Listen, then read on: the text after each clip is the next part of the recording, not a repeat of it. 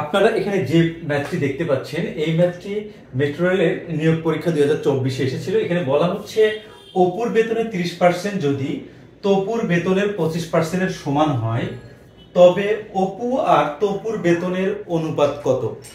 তো ফার্স্টে আমরা অপুর বেতন x ধরি অপুর বেতন হচ্ছে x, এটা হচ্ছে অপুর বেতন।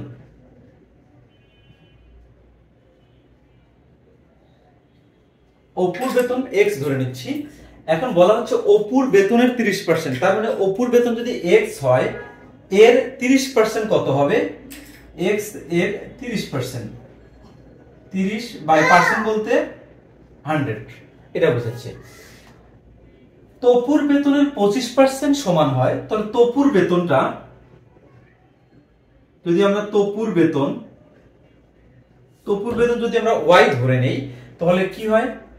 y এর 25%, 25 বাই পার্সেন্ট বলতে হচ্ছে 100। এই দুটো পরস্পর কি হবে? সমান হবে বাই দা কন্ডিশনে। বলছে অপুর বেতনের 30% অর্থাৎ এই যে এই পার্টটা, আবার বলছে তপুর বেতনের 25% এর সমান হয়, যার কারণে আমরা সমান চিহ্ন দিয়ে দিলাম এখানে। এখন জাস্ট আমরা কাটাকাটি করে দিব। এই 100 আর এই 100 আমরা দুই পক্ষ থেকে ক্যান্সেল করে দিতে পারি।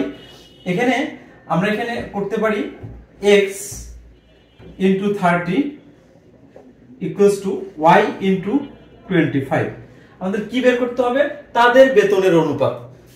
অপুর বেতন আমরা x ধরেছি আর তপুর বেতন আমরা y ধরেছি, তাদের বেতনের অনুপাত হবে x is to y। এই ভ্যালুটা আমাদের জাস্ট বের করতে হবে। তার মানে আমরা x আর y গুলো একদিকে নেব, x by y is equals to 25 by 30। যদি আমরা কাটাকাটি করে দেই, 5 দ্বারা যদি কাটি উপরে 5 নিচে হচ্ছে 6, অর্থাৎ x is to y eventually আমরা লিখতে পারি 5 is to 6। এইটা হচ্ছে আমাদের অ্যানসার।